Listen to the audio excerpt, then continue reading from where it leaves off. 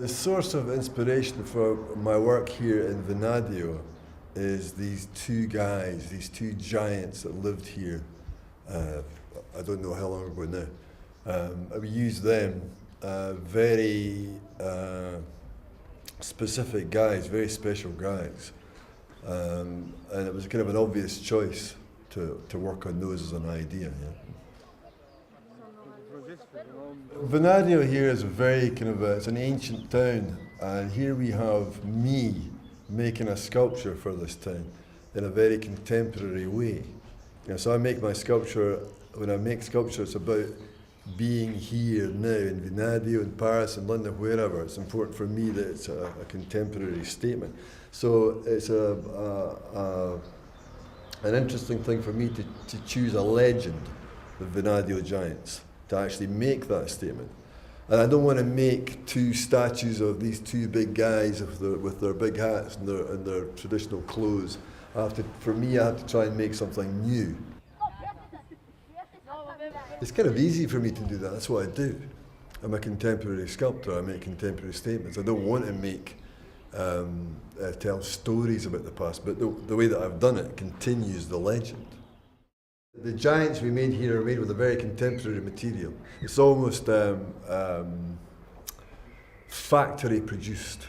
Like if you would go to a shop and you would buy a new machine for the kitchen, and it would be in a beautiful fluorescent green plastic or pink plastic or yellow.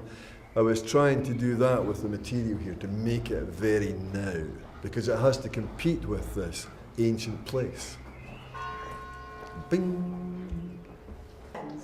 Well, the sculpture is not symbolic.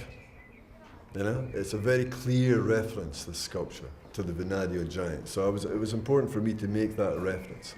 When you make that reference, you refer to the history of the town and those two guys. It's very specific stuff. These sculptures are very bright. They're very contemporary. They're quite different to how the town looks. And I think everybody else was worried about how the public would react to that, but I think they're going to love it. I think they're going to react well to that. I think they are going to embrace that sculpture and hold it to their bosom.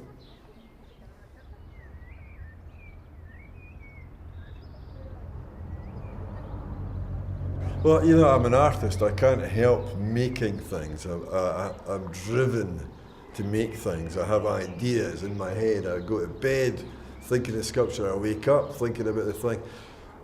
It's all around me all the time, and I want to make something. I need to make things with materials. I love materials. I'm a materials junkie. What happens for me is you have an opportunity to make a sculpture for a town or a square or a roundabout or a gallery, and you work around themes that might be appropriate to that place, to the physical place. It's very physical here.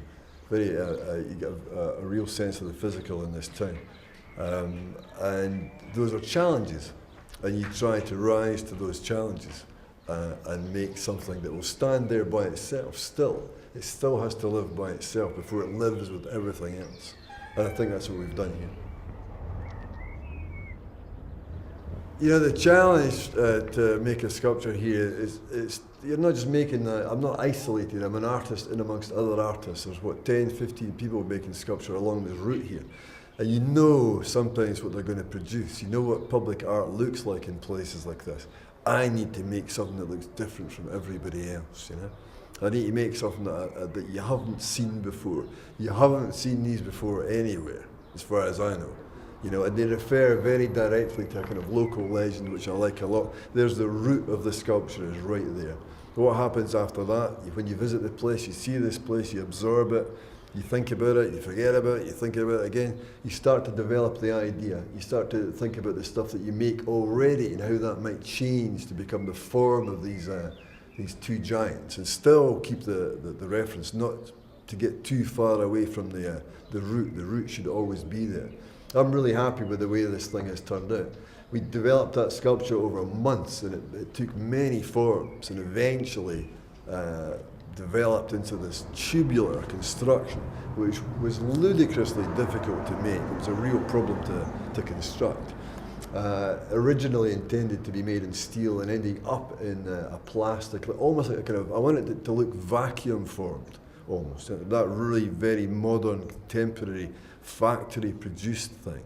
And the minute that we did that, I realised we have to make these really bright colours because you want the sculpture to stand out, you know. So when you drive past Venadio, you don't drive past Venadio. You stop. You look at that. You know, you get out. You take photographs. You stay around a little bit. You go and buy some food. You buy some lemonade. You fill your car up with petrol. You spend money.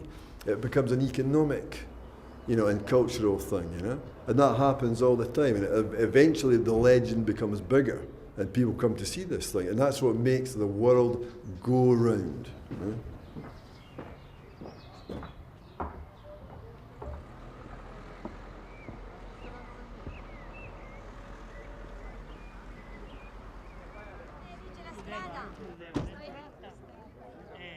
Quello di là è caduto probabilmente